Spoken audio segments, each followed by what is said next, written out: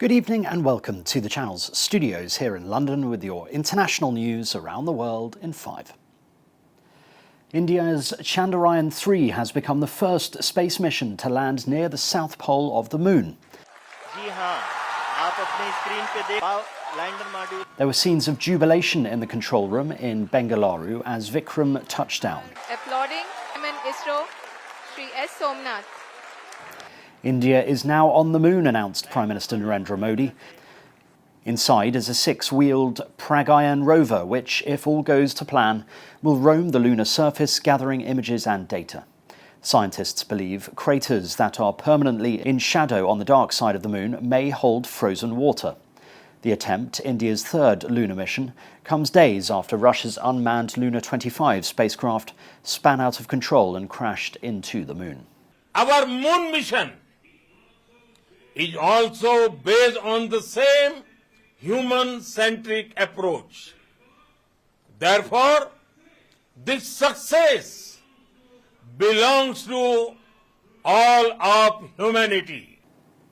China's President Xi Jinping has called for the acceleration of the expansion of BRICS group.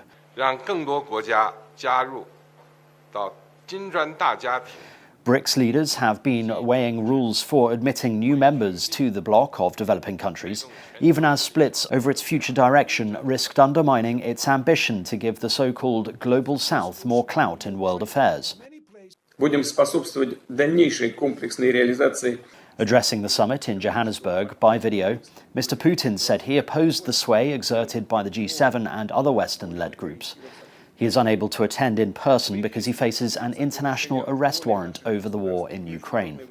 Countries including Iran, Ethiopia and Algeria have all expressed interest in joining. However, Brazil has cautioned against making the grouping an alternative to the G7. Police in Pakistan have arrested the owner of a cable car that left 8 people stranded and dangling over a ravine when it malfunctioned. The incident in Pakhtunkhwa sparked a massive rescue operation lasting more than 12 hours. Officers detained a man called Gul Zareen on multiple charges, including endangering valuable lives and negligence. A military helicopter rescued one trapped child, while zipline experts recovered the rest of the group after dark.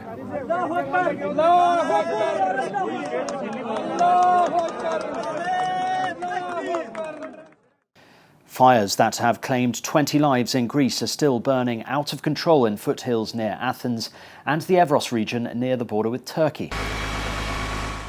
18 of those killed are thought to be refugees and migrants who crossed the border recently, hiding in forests north of the city of Alexandroupolis.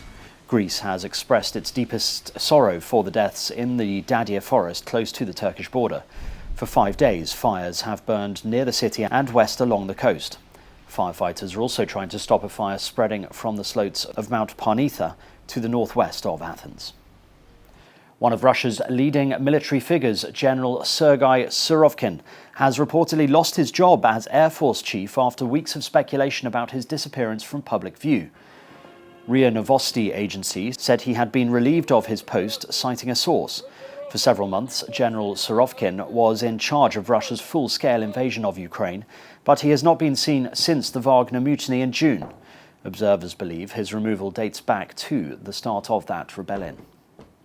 A massive pillar of smoke and fire has been seen burning outside an office in Tianjin in China after the building's wall caught fire.